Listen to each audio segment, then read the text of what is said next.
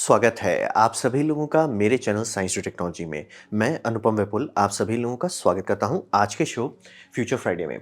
आज हम लोग बात करेंगे पोस्ट स्केर्सिटी के बारे में, जो आप लोग बार-बार सुनते हैं, उसे समझाने की थोड़ी कोशिश करते हैं। तो आइडिया क्या है पोस्ट स्केर्सिटी का? तो आइडिया ये है कि यहीं पे पूरी दुनिया जाने की कोशिश कर रही है। मतलब आप एक देश बनाते हो, एक कल्चर बनता है, तो कहाँ जाना चाह रहे हो? मतलब उनका एंड क्या होगा? एंड गोल क्या होता है? जैसे होता है ना कि आप स्कूल में जाते हो तो भैया 10 पढ़ के निकल जाओगे, या जॉब को आप कहोगे कि हाँ भैया जब जॉब पकड़ ली तब मेरा हो गया स्टेबल, या आप अपना बिज़नेस कराते हो जब सेल्फ सफिशिएंट हो, तो वो हर चीज़ का कोई टारगेट होता है। तो पूरी सिविलाइज़ेशन का, कंट्रीज़ का टारगेट होता है ये फिनिश पॉइंट, मतलब कि कहाँ पे सिविलाइज़ेशन अगर पहुँच गया तो बल्ले-बल्ले तो यही है जगह जिसे हम लोग कहते हैं पोस्ट स्केर्सिटी। तो यहाँ पे समझिए कि इसको पोस्ट स्केर्सिटी को आप ये समझिए कि हम लोग कई बार आए हैं और कई बार जा चुके हैं इससे।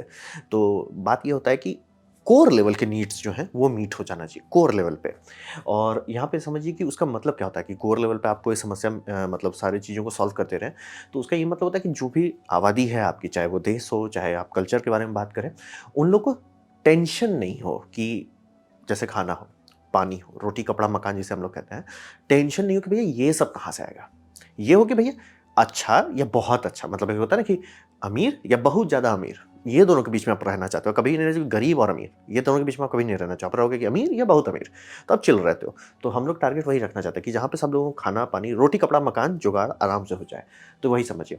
तो इससे ये भी होता है कि अवेलेबिलिटी भी होनी चाहिए। ऐसा नहीं कि जैसे बहुत जगह पे कुछ-कुछ टाइम के लिए कुछ-कुछ गाँव बहुत बम-बम हो गया। क्यों? क्योंकि जैसे मान लीजिए वहाँ से कोई नदी बह रहा था, नदी से लोगों ने एक पवन चक्की लगा के पानी निकालना शुरू किया, सब खुश, आहा! पानी फ्री का आ रहा है, उससे खेती अच्छे से हो रही है। शुरू-शुरू कुछ साल बढ़िया रहा, आबादी बढ़ने लगी, लोग खुश रहे, बम-बम हो रहा था, लेकिन आबादी बढ़ी और पानी का डिमांड बढ़ा, पता चला नदी सूख गया, क्योंकि और लोग उससे पानी निकालने लगे। तो हिसाब वही रहा कि पोस्ट स्केर्सिटी हम लोग पहुँचे कि जहाँ पे कोई लोड नहीं ले रहा है, लेकिन बात है कि जैसे ही हम लोग वहाँ पहुँचते हैं, आबादी ग्रो करती है। जैसे ही आबादी ग्रो करती है, फिर से वो स्केर्सिटी आ जाती है।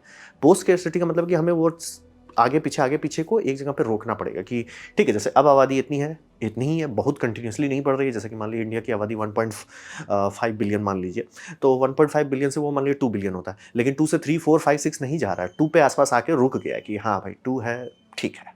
ठीक है। आबादी ना तो ऊपर जा रहा है, नीचे, मतलब थोड़ा-सा फ्लक्चुएशन जो हो रहा है, हो रहा है।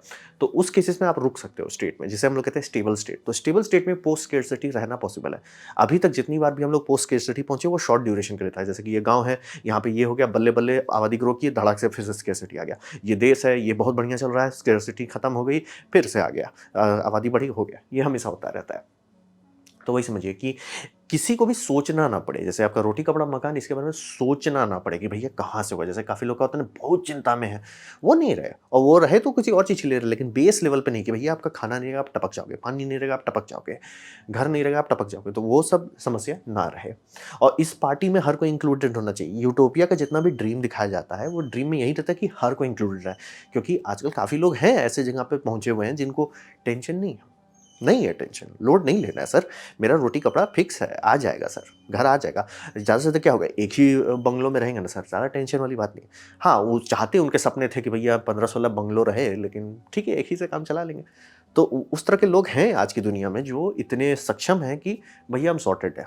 लेकिन अब ये बात आपको समझ में आ रहा है, ये पहले भी थे। राजा-वूजा के टाइम में राजा लोगों को टेंशन नहीं होता था कि उनको खाना कहाँ से मिलेगा, उनको रहता था कि हमारी प्रजा को कहाँ से मिलेगा। तो ये समझना बहुत ज़रूरी है कि ये होता रहता है, बस इस पार्टी में, जिसे हम लोग पोस्ट स्केर्सिटी कहेंगे, वो पार्टी में हर कोई इनवाइटेड है। ऐसा नहीं हो कि आधा लोग प्रोटेस्ट कर रहे हैं आपका, मतलब कि ढंग की ज़िंदगी सबको मौजूद मिलेगी। इसी को हम लोग पोस्ट स्केर्सिटी, इसी की तरफ हर देश आगे बढ़ रहा है कि देश है, सिविलाइज़ेशन है, वो लोग कहाँ जा रहे हैं, क्या पहुँचना चाहते हैं, वो यही है पोस्ट स्केर्सिटी की, जहाँ पे हर कोई, मतलब देश की आबादी अगर वो 2 करोड़ है, तो 2 करोड़ लोग चिल हैं कि भैया बेस लेवल पे हमें टेंशन नहीं है। उसके ऊपर का जो टेंशन है वो अलग बात है, लेकिन बेस लेवल पे टेंशन नहीं है कि भैया रोटी कहाँ से आएगा, कपड़ा कहाँ से आएगा, खाना कहाँ से आएगा, वो सब का टेंशन नहीं है।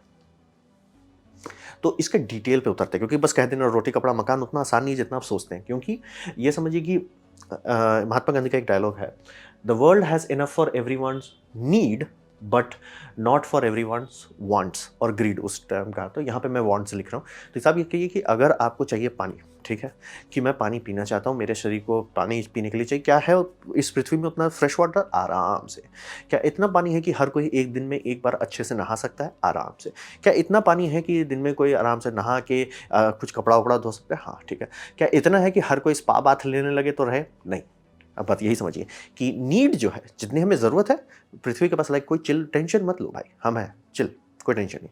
लेकिन जो बहना चाहते हैं कि भैया हम नहा रहे हैं शावर में गरम-गरम पानी से, आहा! 4 घंटा तक नहा रहे हैं। होता है लोग सैटरडे संडे को काफ़ी लोग ये करते हैं, अमीर लोग का यही होता है तरीका दिखाने का कि भैया हम बस एन्जॉय मार रहे हैं। लाइक बाथ में इनका 1 डेढ़ घंटा बीत जाता है। तो वो करने जाएँगे तो भैया पानी बोलता है, भाई सर इतना पानी नहीं है। तो यही समझना ज़रूरी है कि ज़रूरत जो है वो निपटाया जा सकता है, इच्छाएँ जो हैं वो नहीं निपटा सकते। तो वही समझिए। तो ठंडे लेवल पे आता है, ये है मास्लोज़ पिरामिड ऑफ नीड। इसको काफ़ी लोग कहते हैं कि बहुत परफेक्ट नहीं है, लेकिन बात है कि ये one of the most time tested design है। मतलब इससे बेटर अभी तक कोई निकाला नहीं, इसलिए हर कोई घूम फिर के इसी पे आ जाता है। इसमें कुछ-कुछ चीज़ को अगर कहते हैं कि 1-2 अप होना चाहिए, डाउन होना चाहिए, बट ठीक है, घूम फिर के मान लीजिए यही सबसे बेस्ट डिज़ाइन है, तो सब लोग इसी को मानते हैं। तो हम लोग का कोर फोकस होता है बेस लेवल पे, कि भैया आपका बेस लेवल कंप्लीट होना चाहिए, सेकंड बेस में, फिर इसके बाद वाला आप सॉल्ट आओ। मतलब ये 3 लेयर कॉम्प्लेक्स लेयर है, ये 2 लेयर बेस लेयर है। बेस लेयर में बेसिक लेयर जो है, वो हमेशा कंप्लीट होना चाहिए। तो बेस लेवल वाला जो चीज़ है वो उसमें स्केर्सिटी नहीं होनी चाहिए। पोस्ट स्केर्सिटी का मतलब हो गया कि बेस लेवल पे, यानी कि साँस लेने का दिक्कत नहीं हो। ऐसा नहीं हो कि आप ऐसा इंडस्ट्रियल बना दिए कि प्रदूषण इतना खराब हो कि लोग साँस नहीं ले पा रहे हैं। मतलब लिटरली लोग दम घुट रहा है, वो नहीं होना चाहिए। साँस लेने में दिक्कत नहीं है। खाना होना चाहिए, ऐसा नहीं हो कि आटा के लिए लोग लड़ रहे हैं। पानी में कंटामिनेशन नहीं होना चाहिए, जैसे चाइना बिना ब्रेक का कर दिया, इंडिया भी कर रहा है। सोने का जगह होना चाहिए, होम्योस्टेसिस होना चाहिए, और एक्सक्रीशन मतलब कि निकालने का भी जगह होना चाहिए। खाने का जगह चाहिए तो निकालने का भी जगह चाहिए। ये दोनों होना चाहिए। अब आते हैं, इसीलिए लोग कहते हैं थोड़ा सा हौच-पौच है कि इसमें आता है 2 और लेयर। ये हो गया आपका बेस लेयर जो मैंने अभी तक बात किया। अब आता है कॉम्प्लेक्स लेयर, इसमें आता है सेक्स और सेक्सुअल इंटीमेसी। अब प्रॉब्लम ये है कि अगर आपको कभी सेक्स नहीं मिला है तो आप सेक्सुअल इंटीमेसी की वैल्यू नहीं जानते। जहाँ सेक्स मिलता है आपका दिमाग पगला जाता है और बोलता है सेक्सुअल इंटीमेसी चाहिए। जो कई बार आप लोग देखते हो ना कि यार ये कपल है, आपको बाहर से देखने में लगेगा यार एकदम परफेक्ट कपल है भाई, ये लोग क्यों एक दूसरे पे चीट कर रहे हैं। बात है कि ये लेयर मैच नहीं किया। और ये इस पिरामिड का सबसे बड़ा तिगड़म वाला प्रॉब्लम ये है ना कि आप ऊपर वाले लेयर्स को नहीं देख सकते जब तक नीचे वाला आपका कंप्लीट नहीं होता है। मतलब एक वीडियो गेम जैसा समझ लीजिए कि अगर आपका बेस लेयर कंप्लीट नहीं है, आप सोचोगे नहीं फ्रेंडशिप के बारे में, फैमिली के बारे में, सेक्सुअल इंटीमेसी के बारे में। आपका दिमाग जाएगा ही नहीं कि सेल्फ एस्टीम क्या होता है, कॉन्फिडेंस क्या होता है, अचीवमेंट क्या होता है, रेस्पेक्ट फॉर द, जो आप लोग कई बार सुनते हैं कि पुराने जमाने में उतना दिक्कत नहीं होता। ये बेस लेयर पूरा नहीं होता था। मतलब हमारे दादा के टाइम में ये सही की बात थी कि खाना ना मिल जाए, कुछ मतलब आराम से ऐसा हो सकता है कि कुछ दिन तक खाने बिना रहना पड़े, तो वो इस लेयर पे रहते थे। इसीलिए उनका लाइफ थोड़ा सिंपल था, क्योंकि ब्रेन ये सब लेयर को खोलता ही नहीं था। फिर उसमें भी ऐसा नहीं कि सबके सबका हालत ऐसा खराब था, ज़मींदार लोग का अच्छा हालत था, राजा लगा, तो वो ये सब लेयर से ऊपर आते थे। तो वही समझिए कि जो समस्या आपको अभी लग रहा है कि यार इनको क्या समस्या है, चांसेस है कि आप वो समस्या नहीं समझ सकते कि आपका बेस लेयर पूरा नहीं हुआ है। जिसको सेक्स मिला ही नहीं है, वो सेक्सुअल इंटीमेसी की वैल्यू नहीं जानता, क्योंकि उसका दिमाग वहाँ तक गया नहीं है। मतलब होता है ना, गेम में होता है ना कि लेवल 1 कंप्लीट करो तब ना लेवल 2 के जाओगे। तो लेवल 1 हुआ नहीं तो लेवल 1 के पीछे भाग रहे हैं। उसके बाद भी लेवल 2 आता है, और ये परेशानी वाली बात हो जाती है। फिर आता है जिसको आप सोचो ना कि अरे ये हो गया तो मेरा सारा टेंशन, ना जी ना, ज़िंदगी इतनी आसान नहीं है। फिर दूसरा लेयर खुल जाता है। अब उसमें आता है फ्रेंडशिप और फैमिली, और ये बहुत इंपॉर्टेंट बात है। जिनके पास ये है वो लाइफ में आगे चल पाते हैं और बुरे से बुरे टाइम को भी संभाल पाते हैं। बुरा चीज़ सबके साथ होता है, आज नहीं तो कल होता ही है। लेकिन संभाल पाने की प्रोबेबिलिटी की आप कैसे गेस लगाना चाहते हैं कि कौन संभाल पाएगा, कौन लंबे टाइम तक टिक पाएगा, जिसका फैमिली और फ्रेंड स्ट्रक्चर अच्छा रहेगा। और फिर ये समझिए कि जब आप ये सब करने लगे, जैसे मान लिया आपने बेस लेयर को सल्टा दिया, थोड़ा-सा ऊपर भी आप सल्टाने लगे, माहौल अच्छा होने लगा, ये लेवल तक आने लगे लोग। अब उसके बाद आता है पर्पस ऑफ लाइफ। और आदम ज़माने में लोगों को ये टेंशन नहीं होती थी कि जो कहते हैं ना, पहले तो किसी को इतना मेंटल इलनेस नहीं होता था। बात था कि वो इस लेवल तक खुलता ही नहीं था। भैया ये लेवल निपटाओ, बहुत बड़ी बात है। इसी में ही घूमते रह जाते थे। घूमते रह जाते, मतलब आप लोगों से जिनका उम्र मेरे आस-पास होगा और उनके मम्मी-पापा अगर टच में हैं, तो आप पूछ सकते हैं कि उनमें ये होता था कि भाई फ्रिज नहीं थी। फ्रिज था ही नहीं इंडिया में उस टाइम में। मतलब कि ऐसा नहीं था कि फ्रिज बना नहीं था, दवाई के लिए यूज़ होता था, लेकिन खाना के लिए जस्ट ऐसे कॉमन थिंग कि जो हर जगह फ्रिज हो, नहीं। फसल जो होती थी कि भैया विंटर का फसल अलग होता था, समर का फसल अलग होता था। आपको सब्ज़ी जो बनता था वो ऐसा आज के टाइम में आप कोई भी सब्ज़ी कभी भी खा सकते हैं, ये पहले नहीं था। था ही नहीं कि ठंडे में अलग सब्ज़ी मिलती है, गर्मी में अलग सब्ज़ी मिलती है। क्यों? क्योंकि वही उगते थे। आज के टाइम जो हम लोग ऑल वेदर हो गया है, ये था ही नहीं पहले। तो यही समझना ज़रूरी कि वो इस लेवल पे थे, इसीलिए उनका ये बहुत स्थिर रहता था कि भैया अगले दिन का सोच लो, बाकी का बाद में सोचो। अब हमारे टाइम में दिक्कत ये हो रहा है कि हमारा ये लेयर कंप्लीट हो गया, अब इसके बाद वाले ये सब लेयर खुल रहा है और ये सब हमारा दिमाग खा रहा है। तो इसमें पर्पस इन लाइफ जो है बहुत इंपॉर्टेंट होता है, क्योंकि अगर बेस नीड मीट होता है तभी ये खुलता है। इसीलिए काफ़ी लोगों को लगता है अरे भैया तुम्हारे पास पैसा है, तुमको क्यों प्रॉब्लम है। बात वही है, उसके पास वो प्रॉब्लम आपके पास भी आ जाएगा जैसे ही आपका बेस लेवल कंप्लीट होगा। इसीलिए देखते होंगे ना, जैसे काफ़ी लोग का रहता है ना, ये एक बार थोड़ा प्रमोशन मिल जाए लाइफ सेट हो जाएगी, जितने को प्रमोशन मिलता है सब सिर पिटते हैं। क्यों? बात वही समझिए। तो बेस नीड के बाद वही समझिए। और इसका सबसे बड़ा खतरनाक साइड इफेक्ट होता है जिसे हम कहते हैं फर्स्ट वर्ल्ड प्रॉब्लम, कि हो सकता है कि आपके पास सब चीज़ है, मतलब बाहर से देखने में, बाहर से क्या मतलब प्रैक्टिकल इस लेयर पे आप देखें तो बहुत सारा चीज़ है, लेकिन ये ऊपर के 3 लेयर आपका बर्बाद है। आपके पास बहुत सेक्स है, लेकिन आपका सेक्सुअल इंटीमेसी नहीं है, आप बर्बाद रहेंगे। आप लोग देखते हो बहुत सारे एक्टर हों, एक्ट्रेसेस हों, सिंगर्स हों, बहुत सब चीज़ है, नाम शान फेम एकदम मतलब अथाह है, लेकिन अपने आप को ऊपर भेज देते हैं, खुद से टॉय कर लेते हैं। क्यों? ये लेयर्स में लटक गए। मतलब ये आप बहुत अमीर लोगों का ये शिकायत सुनते होंगे कि उनके पास सब चीज़ है लेकिन एक ढंग के दोस्त नहीं है। इसीलिए बोला कि जब तक ये लेयर पूरा नहीं होता तो हम लोग ये सबको वैल्यू नहीं देते। जैसे ही ये पूरा होता है तब इस सबकी कमी आने लगती है, तब दिमाग जाता है सेकंड गियर पे। यहाँ कंप्लीट हो गया, सेकंड गियर आया, थर्ड गियर में। थर्ड गियर में पता चला, ले भैया हमारे पास तो फैमिली नहीं है, हमारे पास कोई ऐसे दोस्त ही नहीं जिसमें हम आँख मूंद करके भरोसा कर सकें। हमारे पास कोई ऐसा नहीं है जिसमें हम मतलब कि भाई तुम्हारा भाई है, टेंशन नहीं लेना, नहीं है। जैसे कि मोहम्मद अली एक बार जब जेल में गए थे, तो लिटरली उस जेल से निकलने के बाद बहुत चिल था। क्यों? क्योंकि उसका पैसा रह चुका था, उसका एक पैसा था मेरे पास। लिटरली वो दोस्तों से बोलता था, भाई आई एम वेरी हैप्पी। क्यों? लोग लूटने को नहीं है। तो वो उसको फाइनली ये लेयर मिलना शुरू हो गया, मेंटल स्टेट। जो लोग बोलते हैं इट्स अबाउट मेंटल स्टेट, वही था कि ये सारे लेयर खुलने लग गए, तब वो लाइफ में आगे बढ़ पाया। तो वही समझिए कि आपके पास सब कुछ हो सकता है, पैसा हो सकता है, रोटी हो सकता है, कपड़ा हो सकता है, मकान हो सकता है, सब चीज़ हो सकता है, लेकिन आप बहुत मिजरेबल, बहुत डेस्परेट रहेंगे, जो आज की जनरेशन में आपको देखने को मिल रहा होगा। और वही समझिए कि इसका सच का यही मतलब है कि अमीर होने के बाद भी आप टूटे हुए हो सकते हैं, और ये बाहर से लोगों को समझ में नहीं आएगा, और ये हमारे माँ बाप को भी नहीं समझ में आएगा। भाई भैया तुम्हारे पास तो सब चीज़ें, तो क्यों तुम परेशान हो? इसलिए ये थोड़ा सीरियस चीज़ है। तो अब बात करते हैं रोटी कपड़ा मैं जो बोल रहा हूँ, मतलब पानी रोटी, फूड और वाटर, उसका टेंशन क्यों नहीं है। तो बात ये समझिए कि सारे जो डेवलप्ड नेशन हैं वो सॉर्ट कर लिए और बेटर करने पे काम चल रहा है, इसमें कोई डिस्कशन नहीं है, लेकिन सॉर्टेड है। मतलब ऐसा ज़रूर हो सकता है कि आज जो 100 रुपये में मिल रहा है वो कल 110 रुपये में मिलेगा, लेकिन सॉर्टेड है कि भैया मिलेगा, टेंशन नहीं होगा। और आपको दाम थोड़ा-सा बढ़ रहा है, वो इन्फ्लेशन बढ़ाया जा रहा है। मतलब इन्फ्लेशन ज़रूरी होता है इकोनॉमी के लिए, तो इन्फ्लेशन का वाल्व 4 से 15% के अंदर रखा जाता है, तो वो है। डेवलपिंग नेशंस या पुअर नेशंस, जैसे कि जो फेल्ड स्टेट हो गए या जो डिफ़ॉल्ट करके, वहाँ पे अभी भी बर्बादी हो जा रही है कि खाने के मामले में। जैसे कि अगर श्रीलंका ठीक से तेल का नहीं भरा, खाने के लिए मार हो रहा था, पाकिस्तान का हालत ये हो रहा है। तो ये समझने वाली बात ज़रूरी है कि मैनेज किया जा सकता है, साइंस और टेक्नोलॉजी का लिमिटेशन नहीं है और ना ही ह्यूमन नॉलेज का, वो सॉल्व है।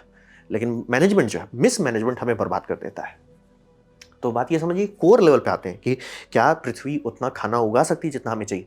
आराम से, कोई टेंशन नहीं है, सारा चीज़ सॉर्टेड है। हमारा समस्या है मैनेजमेंट लॉन्ग टर्म का नहीं है। हम लोग बहुत सारा शॉर्ट टर्म मैनेजमेंट पे चल रहे हैं, जो आने वाले टाइम में हमें समस्या दे देगा।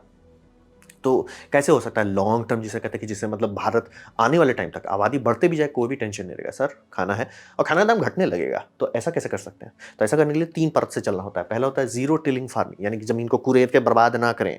जितनी बार आप कुरेदते हैं उसका माइक्रो ऑर्गेनिज्म एक्सपोज हो जाता है अल्ट्रावायलेट से, वो स्वाहा हो जाते हैं और पानी उसका निकल जाता है, तो मिट्टी सूख जाती है, नुकसान होता है। तो इसीलिए ज़ीरो टिलिंग, यानी या तो ऊपर से ही रोपा जाता है या तो पतले-पतले ब्लेड का इस्तेमाल किया जाता है, जो कम से कम मिट्टी को डैमेज करे और उसमें आप सीड लगाते हो। इससे बहुत ज़्यादा फ़र्क पड़ता है, क्योंकि माइक्रो ऑर्गेनिज्म जो सॉइल में है, सॉइल हेल्दी रहती है। दूसरा, कवर क्रॉप्स। नंगी मिट्टी मतलब आप बर्बाद हो जाओगे, नंगी मिट्टी कभी नहीं होनी चाहिए। भूरा मिट्टी आपको दिख रहा है, यानी वो ज़मीन मरने वाला है या तो मर चुका है, हमेशा कुछ होना चाहिए वहाँ पे। इसलिए आप देखते हो ना, जो पगडंडी हम लोग जिसको बोलते हैं, पगडंडी का क्या मतलब है? वहाँ पे कुछ हो नहीं रहा है। क्यों? क्योंकि चलते-चलते आपने ज़मीन कॉम्पैक्ट कर दिया। हम लोग आयरॉनिकली यही चीज़ खेत के साथ कर रहे हैं। जब उसमें ट्रैक्टर चलाते जा रहे हैं और जो दबा रहे हैं, पहले तो कुरेद दिए जो माइक्रो ऑर्गेनिज्म, स्टेरिलाइज़ कर दिया, फिर उसके बाद प्रेशर लगा के जो बचा-खुचा जान था वो भी साफ़ कर दे रहे हैं। तो कवर क्रॉप्स उससे बचाता है। कवर क्रॉप्स रूट्स रखे रहता है, ज़मीन को बाँध के रखा रहता है। कवर क्रॉप्स बहुत ज़रूरी है। कभी भी भूरा मिट्टी, खाली धूप की तरफ नहीं जाना चाहिए। Cover crops. तीसरा, क्रॉप साइकिल। इसी कारण से हम लोग बार-बार सीखते हैं और बार-बार भूल जाते हैं ये चीज़। क्रॉप साइक्लिंग, यानी कि कभी भी एक ही फसल बार-बार नहीं लगाना है, एक ही जैसा फसल सबको नहीं लगाना है। ये ज़रूरी है, मतलब कल्चरल लेवल पे बहुत ज़रूरी है कि मतलब ये खेत है, तो सबके सब लोग एक ही खेत ना, बर्बाद हो जाएगा, क्योंकि मिट्टी इकोनॉमिक नहीं रहेगा मिट्टी का। और साल दर साल आप एक ही प्रजाति लगाओ, ज़रूरी नहीं है। मतलब कि आपने एक बार आलू लगाया तो ज़रूरी नहीं कि अगले साल भी आप आलू ही लगाएँ उस टाइम में, आप कुछ बदल दो। आप जितना बदलते जाओगे मिट्टी उतना हेल्दी होता जाएगा। तब जाके आप लॉन्ग टर्म में खिलाते रहो। तो ऐसा कर क्यों नहीं पाते? हम लोग बार-बार सीखते हैं ये चीज़ कि ऐसे करके हम अमेज़न लोग इसीलिए बहुत पुअर सॉइल हेल्थ में भी बहुत ज़्यादा आबादी को खिला पाते थे। तो बिगड़ कैसे गए? बात है कि ये वाला लाइन सबसे मुश्किल होता है, क्रॉप साइक्लिंग। खुजली होने लगती है लोगों को कि भैया हम मोनो कर देते हैं, मोनो से ज़्यादा प्रोडक्शन होगा। कर दिए, स्वाहा। मतलब ये वही वाली बात होगी कि अगर बारिश हर साल पानी आप सोखा रहे हो ज़मीन में, तो जाके ग्राउंड वाटर है बहुत बढ़िया। लेकिन आप एक बार बोरिंग वेल कर दिए और पानी नीचे जाते हुए दिख नहीं रहा है, तो आपको लग रहा है पूरा पीते जाओ, क्या टेंशन है। लेकिन सर कुछ साल बाद तो वो भी सूख जाएगा। वही वाला बात होता है कि शॉर्ट टर्म में हम लोग हमेशा सॉल्व कर लेते हैं प्रॉब्लम। कई बार तो पीढ़ियाँ बन गई हैं कि हाँ भाई, मिट्टी को ऐसे ऐसे करके सलाया जाता है, ज़िंदगी भर चलता जाएगा, दशकों तक हम खिला सकते हैं, कोई टेंशन नहीं है। लेकिन फिर किसी एक को खुजली होगी कि क्यों ना सर कैश क्रॉप जिसे कहा जाता है, यानी कि जिसे पैसा मिलेगा उसमें लगा दो। फिर होता है अरे यार पैसा मिला, थोड़ा और पैसा के लिए और लगा दें। मोनोकल्चर आता है, स्वाहा हो जाता है मिट्टी। और हमारा जो करंट साइंटिफिक लेवल पे अंडरस्टैंडिंग हो रहा है वो है इस चीज़ का, जिसे हम लोग कहते हैं माइसीलियम नेटवर्क। ये ज़मीन के अंदर का स्टॉक मार्केट है। आप लोग सोचते हैं जंगल में आग लगता है, जंगल फिर भी रिकवर हो जाता है। हमारे खेत में थोड़ा सा कुछ होता है, स्वाहा हो जाता है बाद बाद में। ऐसा क्यों?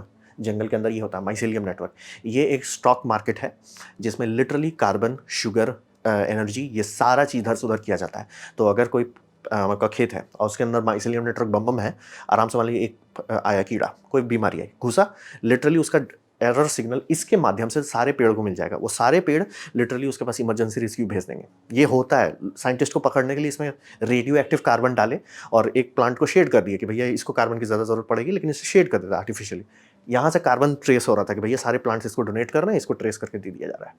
यही है जो जंगल को बचाए रखता है। आप सोचिए जंगल को कौन मेंटेन कर रहा है, तो जंगल आराम से दशकों दशक कैसे टिक जाते हैं।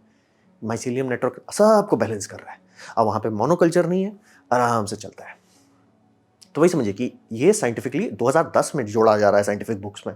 तो ये हमें अब समझ में आ रहा है कि ऐसा क्यों था। हमें पता था कि करना है, भूल जाते थे, खुजली होती थी, पैसा खुजली।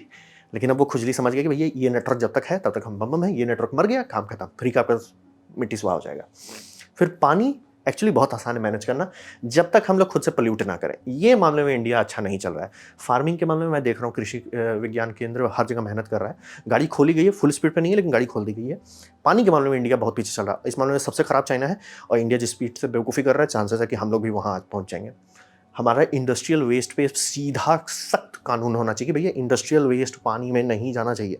पानी में कचरा उचरा कुछ भी डालिए, ऑलमोस्ट सब बायोलॉजी सब उसको हैंडल कर लेगा। जहाँ इंडस्ट्रियल वेस्ट जाता है, जैसे खासतौर पे कपड़ों जो डाई बनाते हैं उससे बहुत वेस्ट निकलता है, उसे न्यूट्रलाइज किए बिना अगर पानी में डाल दिया जाए, स्वाहा हो जाएगा। मरकरी आने लगेगा, कैडमियम आने लगेगा, ऐसे ऐसे चीज़ आने लगेंगे पानी में जो लिटरली पानी को जहर में बदल देगा। ये हमें रोकना पड़ेगा। इसके लिए समझिए सिर्फ गवर्नमेंट रेगुलेशन काम कर सकता है। गवर्नमेंट रेगुलेशन है तो बल्ले बल्ले, नहीं तो कोई मतलब नहीं है। दूसरा, रेन वाटर हार्वेस्टिंग कंपलसरी करना होगा। ऐसा क्यों? ये मतलब समझिए इकलौता तरीका है। जैसे पाकिस्तान में इतना जो ये हुआ, फ्लडिंग हुआ, क्यों हुआ? क्योंकि रेन वाटर हार्वेस्टिंग कंपलसरी नहीं था। और चूंकि हम लोग का सॉइल हेल्दी नहीं है, पानी सोख नहीं पाता। सोचिए बारिश कहाँ हो रहा है, खेत में हो रहा है, ज़्यादा से ज़्यादा बारिश हो रहा है। फिर दूसरा चीज़ तो शहर में हो रहा है। शहर में क्या प्रॉब्लम है? किसी के पास रेन वाटर हार्वेस्टिंग नहीं, पानी नीचे नहीं जाता, फ्लड हो जाता है, जिसे हम लोग कहते हैं फ्लैश फ्लडिंग। और खेत हेल्दी नहीं है तो पानी 1-2 इंच भी नहीं घुसता है। जो आप देखते हैं ना, पानी गिरा, फटाक से बहने लगा। क्यों बह रहा है? ज़मीन सूखा हुआ है। ये सुनने में ऑड लगता है कि सूखा हुआ ज़मीन नहीं पानी अब्ज़ॉर्ब कर पाता है। गीली ज़मीन कर लेगा, इसीलिए हम लोग कहते हैं ना वेट लैंड्स, गीला ज़मीन पानी सोख सकता है, आराम से गटक सकता है। रेन हो रहा है, बारिश हो रहा है, ज़मीन बोलेगा भाई हाँ पिलाओ और पिलाओ। सूखा ज़मीन है तुरंत रिजेक्ट कर देता है। उसी से फ्लैश फ्लडिंग है, जो आजकल के टाइम में फ्लैश फ्लडिंग इतनी हो रही है, कारण वही है। उसे हमें सॉल्व करना है कि भैया रेन वाटर हार्वेस्टिंग कंपलसरी करो और फार्मिंग को सुधारो, ताकि majority of earth surface area जो आपके देश के अंदर है वो पानी को संभाले, ना कि बहा दे। तो खाना और पानी हम लोग लॉन्ग टर्म में सॉर्ट कर सकते हैं भैया, टेंशन मत लो। धरती की आबादी 10 अरब तक भी हो जाए, कोई टेंशन नहीं है। अब बात करते हैं कॉम्प्लेक्स चीज़ में। ये मैंने बेस लेयर का बात किया। अब बात है कॉम्प्लेक्स चीज़ जो है, ये एक्चुअली थोड़ा फजीयत वाला है, क्योंकि जैसे सबसे बड़ा आता है शेल्टर। तो शेल्टर में दिक्कत ये है ना कि शेल्टर का क्वालिटी भी मायने रखता है। जैसे कि आपको मैं घर दे दूँ, आपको मैं छोटा घर दूँ, लेकिन अगर वो आपका घर है, आप बम बम रहेंगे। लेकिन आपको एक बड़ा मकान दे दूँ, आप हेल्दी नहीं रहोगे। तो ये समझना बहुत ज़रूरी है। इसका टेक्नोलॉजिकली जस्टिफाई करना बहुत मुश्किल है। ये थोड़ा साइकोलॉजी में भी आ जाता है। तो ये बहुत इंपॉर्टेंट लेयर है। और बोले ना, रोटी, कपड़ा और मकान। मकान सबसे इंपॉर्टेंट आता है, आखिरी चीज़। क्योंकि आपका रोटी नहीं है, कपड़ा नहीं है, तो आप वो सब क्या सोचते हो? जब रोटी कपड़ा हो जाता है तब क्या सोचते हो? मकान कहाँ है? मकान में वही समझिए। इसलिए बनाने का बिल्डिंग बनाया जा सकता है, घर भी बनाया जा सकता है, लेकिन क्या उसमें यार लोग रहना चाहेंगे? क्या वो साइकोलॉजिकली हेल्दी रहेगा? वो सब आपको देखना पड़ेगा कि हाउस और होम में बहुत अंतर होता है। हाउस ठीक है, शॉर्ट टर्म के लिए अच्छा है। लॉन्ग टर्म में आप हेल्दी रहना चाहते हैं, हाउस होना चाहिए, होम होना चाहिए बेसिकली। और सिटी शायद अच्छा नहीं है हमारे लिए, क्योंकि मतलब सबको समझ आ रहा है कि सिटी में साइकोलॉजी सबकी बर्बाद हो जाती है, और सबके सब अमीर होकर और गरीब हो जाते हैं। कोई किसी को नहीं जानता और सबके सब अकेले हो जाते हैं। मतलब इतने लोग हैं और सबके सब अकेले हैं। हो सकता है कि सिटी ज़्यादा आगे ना जा सके। अब मैंने बताया, जैसे आप बेस लेयर फिक्स कर देते हो, तब आता है कि भैया पर्पस ऑफ लाइफ इंपॉर्टेंट है। और अगर ये स्टेप बर्बाद हो गया, मान लीजिए आपका लाइफ का पर्पस खो गया, साइकोलॉजिकल डैमेज जो होगा वो बहुत ब्रूटल होता है। कितना ब्रूटल होता है? कोई थेरेपी इसे फिक्स नहीं कर सकता। आप मार थेरेपी पे थेरेपी लीजिए, ये सिर्फ आपको बताएगा कि आपका ये समस्या है। क्या उसे ठीक कर देगा, उसका दर्द खत्म कर? नहीं, ये बस होगा कि ठीक है आपको ये है। मतलब जैसे होता है ना कि आपको स्लिप डिस्क हो गया तो हाँ सर आपको स्लिप डिस्क है, ठीक थोड़ी कर सकते हैं उसको। सर्जरी भी करके आप बस दर्द कम कर सकते हैं, ठीक नहीं कर सकते। तो यही समझिए कि ये वाला लेयर बहुत इंपॉर्टेंट है कि ज़िंदगी में आप ज़िंदा क्यों हो। और पैसा आप नहीं बोल सकते, क्योंकि सबसे पहला चीज़ लोग भूल जाते हैं।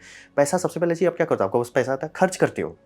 खर्च क्यों करते हो, किस पे करते हो, वो मायने रखता है, ना कि पैसा। क्योंकि अगर पैसे के पीछे भागेंगे, पैसा का अनंत हो जाता है कि भैया अरे आज 1 करोड़ है। आपने अमीर लोग देखा जो गरीब जैसा बिहेव करते हैं कि इसलिए सर ये घड़ी खरीद, अरे ये रोलेक्स का नहीं, मैं नहीं बेच पाऊंगा। इसलिए सर आपके पास पैसा है कि आप कंगाल आओ। लिटरली लोग लिटरली रोलेक्स खरीदे, सबसे गया गुजरा कंपनी है रोलेक्स। एक्चुअली मजाक नहीं कर रहा हूँ, जेनुअनली उसके अच्छा है।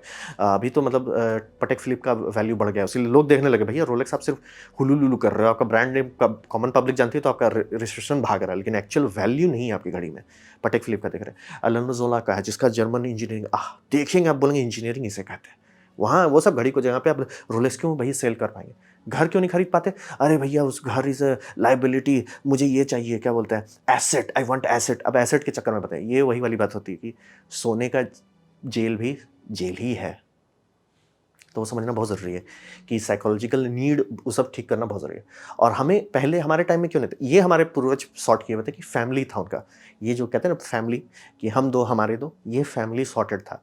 ये जहाँ टूटा, फैमिली यूनिट जहाँ ब्रेक किया, सुहा हो गया। क्योंकि आप ये समझिए कि फैमिली सेल होता है एक कंट्री का। जैसे हम बोलते हैं cell is the building block of life, वैसे ही cell family is the building block of a country. आपकी कंट्री के फैमिलीज टिके हुए हैं, कंट्री बम बम, कंट्री संभाल लेगा।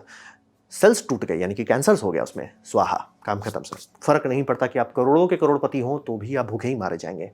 तो ये समझना बहुत ज़रूरी होता है कि फैमिली जो है वो हमें ये देता था, लेकिन वो फैमिली आज ख़त्म हो गया है। क्योंकि अब ये तो सीधा में बेसिकली कोर्ट ने जो फूक के चढ़ा दिया, लॉ लिख दिया। बाय द वे ये लाइन है चाइना का डिवोर्स रजिस्ट्रेशन के लिए, ऐसे लाखों के लाइन लगते हैं बाय द वे।